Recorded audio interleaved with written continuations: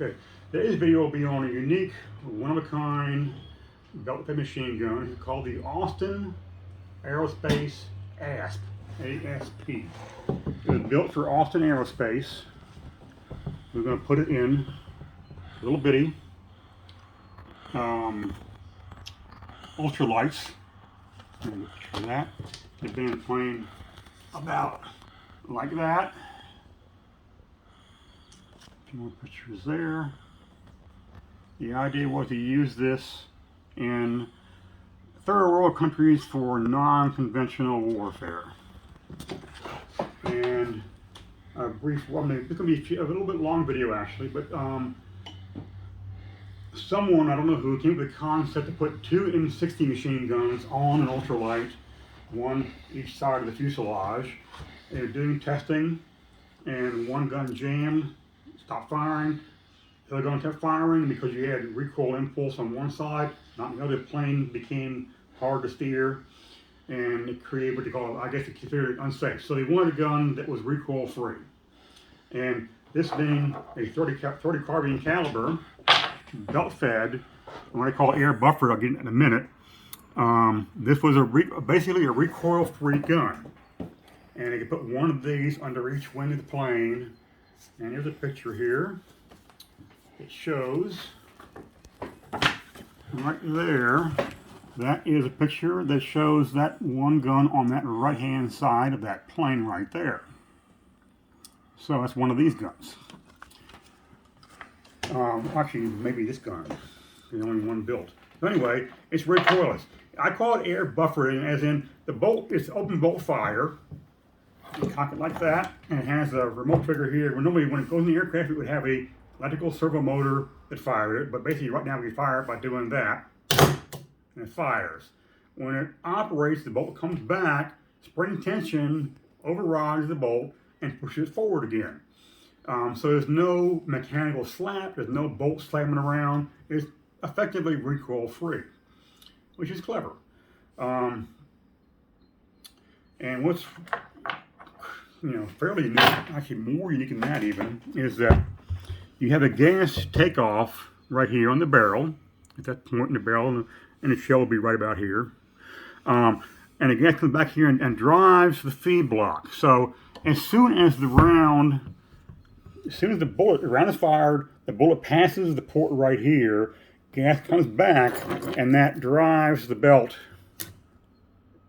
forward, the next position, the next round is now in line of fire. So that round is positioned, ready to be fed well before this all comes back and cycles again and runs another round through. So it's very clever, and then it's air buffered, recoil free, belt fed, and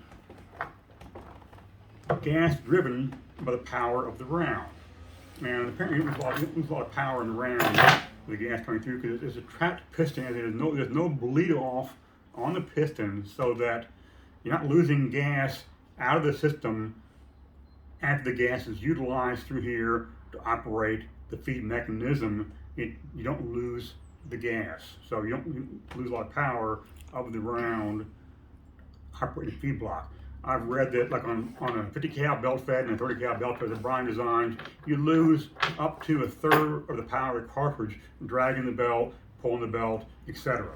You use less than that here, apparently. Anyway, it was built by a guy. I'm not going to give his name. He didn't want publicity. I got it from the States some years ago. It is one of a kind. It's big number one right there. Serial number one. Only one ever built. As far as being a commercial success and making a lot of these things and selling these things in the third world, it didn't happen. I can't find any web presence for this company. I guess they're long gone. I don't know the answer to that, but I can't find anything. I've got some blueprints here. There's a little bit more history on the contract. The inventor was going to get royalties if they did produce these in quantity and sell them as a system. That was probably the intention, to sell this as a system with trainers and mechanics who would go on to support it, to be able to use it in a third world environment in basically a non-conventional war situation or scenario. That's my understanding of the intent. Okay, so once again, we'll do a little quick recap here. It's a 30 caliber carbine belt-fed machine gun, air buffered, gas, power on the feed, full auto only. It's actually quite simple to manufacture or operate or maintain. This is a over again. It's set up with this is just a fixture to make it possible to test fire in the lab, so to speak. It would have an electric servo motor here that would trigger it by some operator, some controls in the cockpit of the plane. You know, obviously one guy flying the plane. And I think that covers it pretty thoroughly. So anyway, it's an interesting little gun. I'm in the process of giving it to the NRA, donating it to the NRA because it's a one of a kind. It's pretty rare. Very few people are aware this exists, and not too many people care. Anyway, thanks for watching.